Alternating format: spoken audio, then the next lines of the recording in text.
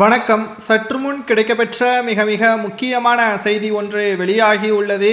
அதிமுகவின் மிக முக்கியமான முன்னாள் அமைச்சராக இருந்த பண்ருட்டி ராமச்சந்திரன் அவர்கள் அதிமுகவில் இரு அணியாக பிரிந்த பொழுது பன்னீர்செல்வம் பக்கம் சென்றவர்தான் பண்ருட்டி ராமச்சந்திரன் அவர்கள் தற்பொழுது மீண்டும் பன்னீர்செல்வத்தின் ஆதரவாளராக தொடர்ந்து வந்த நிலையில் தற்பொழுது திடீரென்று அதிமுகவில் இணைவதற்கு எடப்பாடி பழனிசாமி அவர்களிடம் மன்னிப்பு கடிதத்தை கொடுத்து அதிமுகவில் இணைவதற்கான ஒரு சூழலை அமைத்துக் கொண்டார். எம்ஜிஆர் காலத்திலிருந்து அதிமுகவில் பயணித்துக் கொண்டிருக்கின்ற பண்ருட்டி ராமச்சந்திரன் அவர்கள் ஓபிஎஸ் அவர்களுக்கு மிக முக்கியமான பங்களிப்பை ஏற்படுத்தினார். ஆனால் ஓபிஎஸ் அவர்களது செயல்பாடுகளும் அவரை சுற்றி இருப்பவர்களும் செய்த ஒட்டுமொத்த துரோகத்தின் காரணமாக தற்பொழுது பண்ருட்டி ராமச்சந்திரன் அவர்கள் அரசியல் எதிர்காலத்தை கருத்தில் கொண்டு பன்னீர்செல்வம் அவர்களை விட்டு விலகி தமிழகத்தில் தற்பொழுது மிகப்பெரிய ஒரு பரபரப்பை ஏற்படுத்தும் விதமாக எடப்பாடி பழனிசாமி அவர்களிடம் மன்னிப்பு கடிதத்தை கொடுத்து அதிமுகவில் இணைந்து கொண்டிருப்பதாக தகவல்கள் தற்பொழுது கிடைக்கப்பெற்றுள்ளது.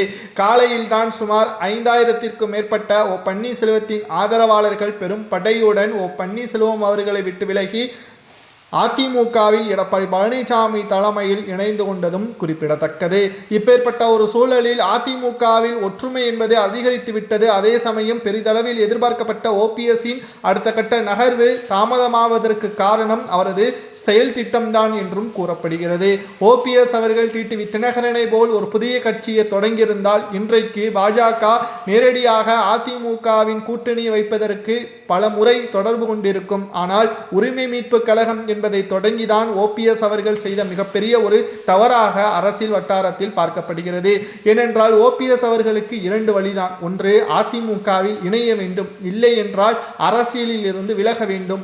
அதிமுகவில் இணைவதற்குத்தான் எடப்பாடி பழனிசாமி அவர்களை எனது அன்பு அண்ணன் என்பதையும் செய்தியாளர்களது சந்திப்பின் பொழுது பேசியிருந்தார்.